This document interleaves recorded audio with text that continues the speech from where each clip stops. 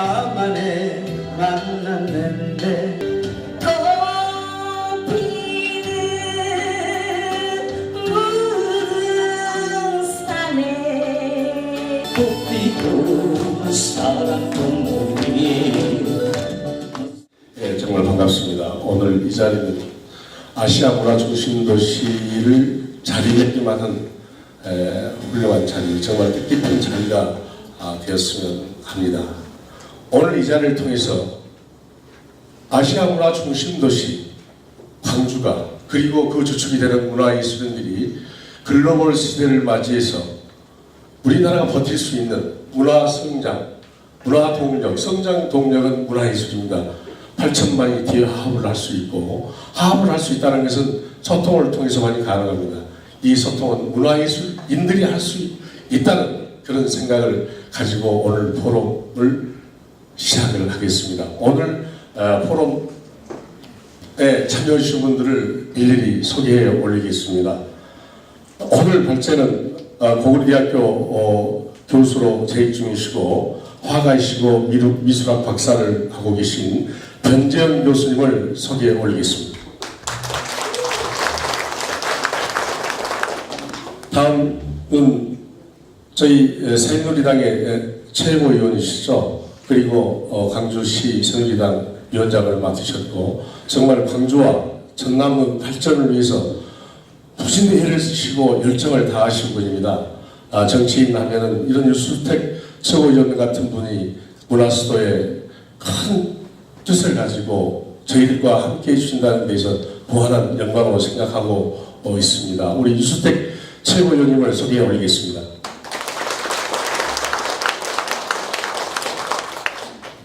다음은 행복문화사업단을 이끌어 가시는 행복문화사업단의 단장을 하고 계십니다. 이분은 많은 실제적인 행동으로서 문화예술을 보여드리고 시민들과 함께하는 그러한 단체를 이끌어 오시는 NGO 단체 좌장이십니다.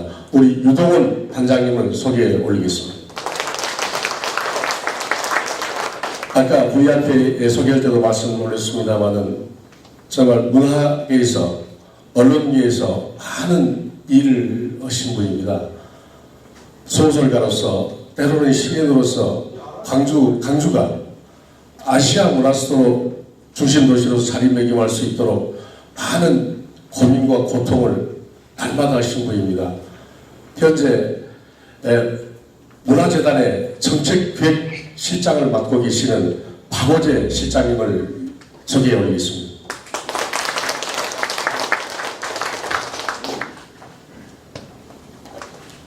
예, 순서는 포럼 순서는 이렇게 하겠습니다. 발제자이신 변재현 교수님께서 발표를 하시고, 그리고 유수택 최고위원님께서 발표를 하시고, 유동원 사업단장님께서 발표를 하시고, 박호재 정책실장님께서 발표를 하시고, 그리고 들으셨다가 나중에 질의응답하는 순으로 그렇게 진행해. 오늘 발표의 주제가 문화예술을 통한 문화수도 경제 발전과 이상 정리라는 주제로 발표를 하도록 하겠습니다.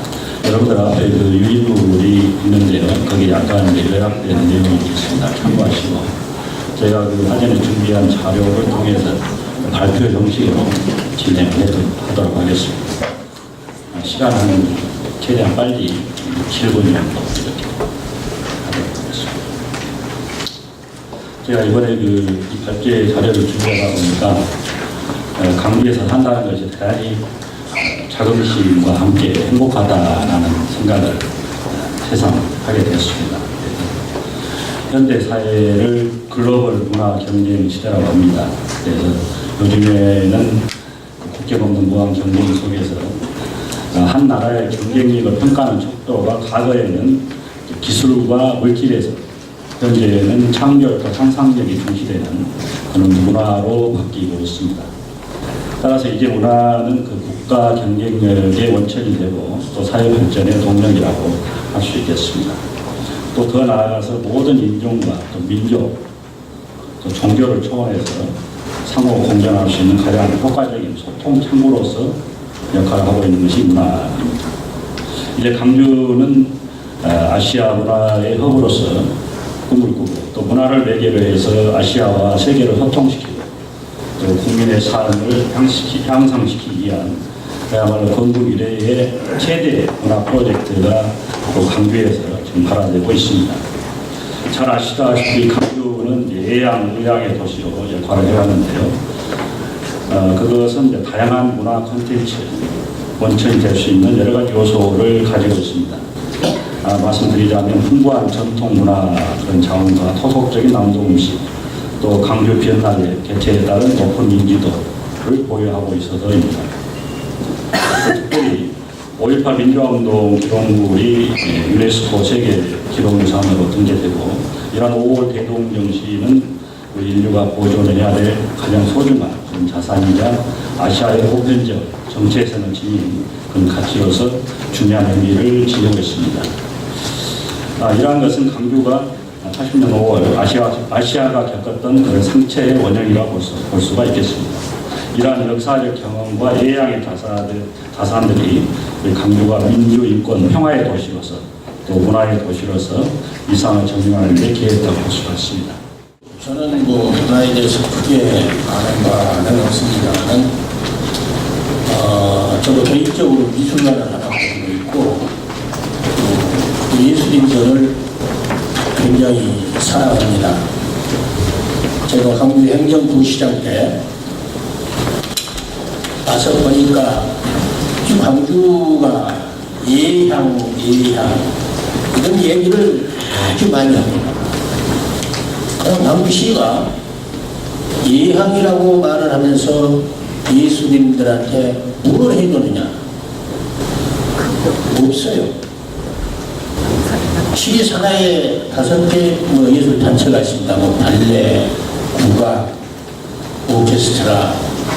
그런데 발레를 하는 그 발레리나가 신고 있는 토시, 그거 하나가 그때 당시에 한 5,000원에 한 켤레. 근데 하루 연습은 그게 다 코가 갈아져 버려요. 그런 거 하나를 사주질 않아요. 그런 거 하나를. 또 어디 발레리나나 오케스트라가 어디 다른 도시에 연주를 떠날 때 버스 한 대도 없고 발레리나 옷을 담을 그 케이스, 가방도 없어요. 그러면 비가 오면은 손에다 걸치고 비를 피하고 버스를 쫓아가고 예를 들어서 부산으로 갔다 대구로 갔다가 연주회를 갔다 옵시다. 그 발표회를. 그쪽 사람들이 볼 때 뭘로 먹었어요? 그 예향이라는 거가.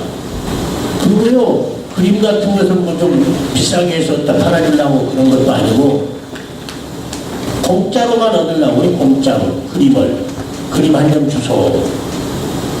이게 광주 예향에 그때나 지금이나 큰 차이가 없습니다. 지금 도청이 목포로 가버렸죠.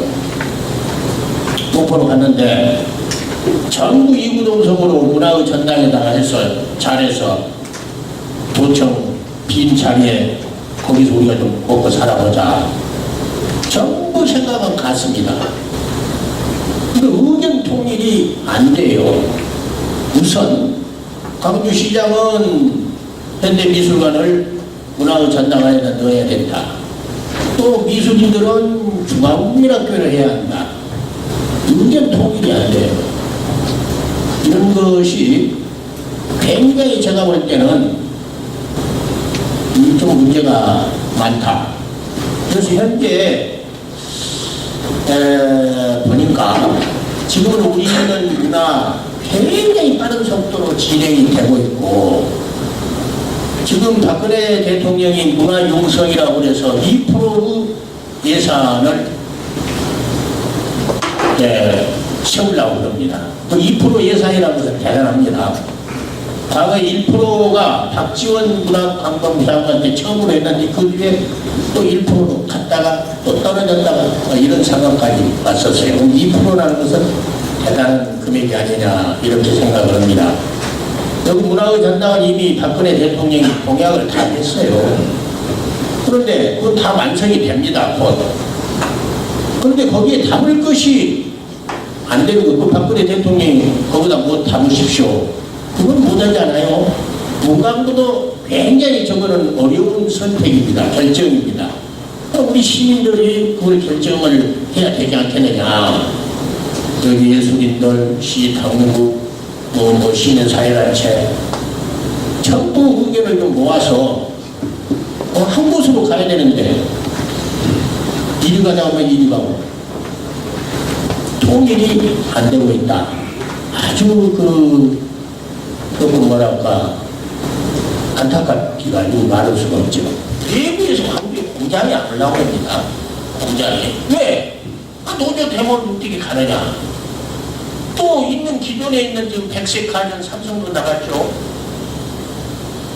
지금 광주가 상당히 경제적으로 어려워요. 그런데 우리 시장님은 광주가 전국 도시 중에서 수출을 1번 했다. 수출 1번 한 것이 시민이 했습니까? 기아 자동차가 했지? 기아 자동차가 했지 무슨 시민이 거기서 한 톤이나 얻어먹었냐고 그 월급쟁이 외에는. 그런 것을 보면은 무엇이 옳고 그런 것을 왜 데모를 하느냐, 왜 노조가 파업을 하냐, 모독에도 하고 일부러 둡니다. 부당한 것을 보고 가만히 있어요. 이게 사회적입니까? 올바로 가는 것은 잘했다. 누구가 한쪽 단체가 뭐라고 그러면은 5.18 단체가 뭐라고 그러면 말 한 자리도 못해요. 도청 보존하는데 누가 말을 한 자리 했어요? 박광주 시장이 일어서서 말을 한 자리 했어요? 그런 데가 광주예요. 그럼 무슨 발전이 있느냐고요. 무슨 발전이. 또 한마디 말씀을 드릴게요. 요 번화나는 조금 참고로 말씀을 드릴게요. 광주일보에 신문에 났습니다. 대한민국 10대 그룹의 사장이 189명이에요. 숫자적으로 따져보니까. 우리 호남 사람 사장이 거기에 몇 명이나 있겠어요? 여러분 한번 가만히 생각해서 189명 중에서 호남이 점유한다면 영남, 충청도, 경기, 강원, 서울 하더라도 최소한도 5분의 1? 5분의 1은 있어야 되지 않겠어요? 최소한도. 그 비율로 따지면 사람 6명 있습니다. 사람 6명. 189명 중에서. 거기에 현대가 셋, 현대그룹이. LG가 둘, 삼성이 하나예요. 또 아무 관심이 없어요. 우리 애들이 취업이 잘 생기랍니까? 요새 지방대학 애들을 많이 좀 취업을 시키겠다 해서 저희도 마음을 놓고 전남대학교, 목포대학교, 순천대학교, 조선대학교, 호남대학교, 국민대학교 많이 가기를 바라는데 전라도 애들을 쌀기라고 하는 감사하고 고맙습니다. 자리에 불러주셔서. 사실은 아시아 문화 전당이 5.18 유적지 구도청 자리에 들어간 가장 큰 이유는 5.18 정신을 좀 살리라 하는 그런 뜻인 것 같아요. 그러면 5.18 정신은 무엇인가를 생각을 해보면 도청에서 우리 시민분들이 그때 본인들이 돌아가실 줄 알았거든요. 알았음에도 불구하고 그 자리에 계속 버티셨단 말이죠. 그런데 그 이유를 생각을 해보면 그것은 아마 후손들을 위한 생각, 그리고 역사 속에서 본인들이 어떻게 남을 것인가에 대한 그런 생각 때문에 그곳에서 본인들이 돌아가실 줄 알았음에도 불구하고 거기서 버티셨다. 그거 하나고요.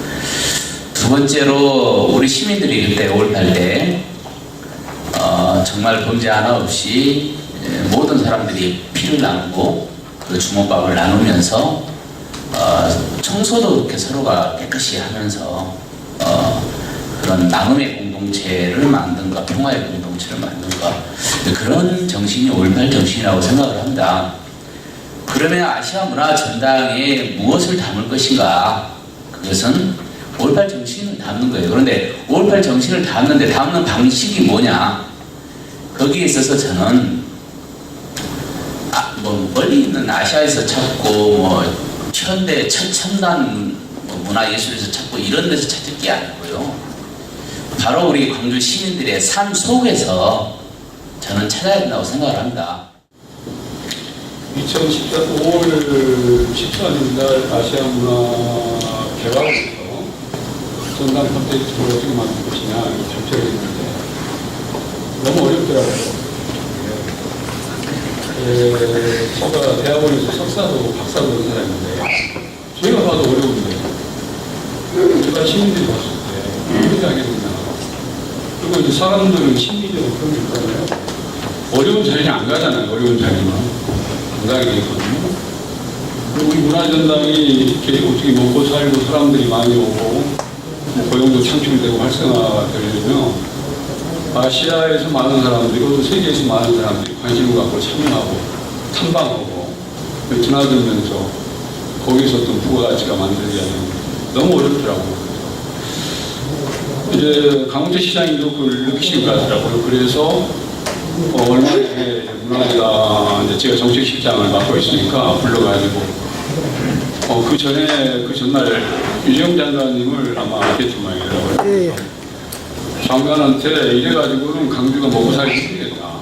아시아문화전당이 최소한 저렇게 난해한 콘텐츠를 가지고 있을 때 어떻게 사람들이 올 거면 강주가 먹고 살기 힘들다 하니까 장관께서 그럼 강주시안을 한번 대충 그 큰 어떤 틀에서 강주시안하고 지켜달라 그래서 급하게 지금 그 다음날부터 해가지고 만들어가지고 어제 지금 시장님한테 오후에 보고를 드리고 그 정도 하면 되겠다 해가지고 내일 모레 이제 문광부 장관님께 그 안을 전달하려고 합니다. 그래서 저희들이 초점을 맞췄던 것은 대중성, 향유성, 경제성 확장하는 관점으로 강주안을 그때 드렸으니까 장관님께서 이제 그걸 받고 적절하게 아마 기존의 안에 포함시켜서 더 좋은 안을 만들지 않을까 그런 기대가 있고요.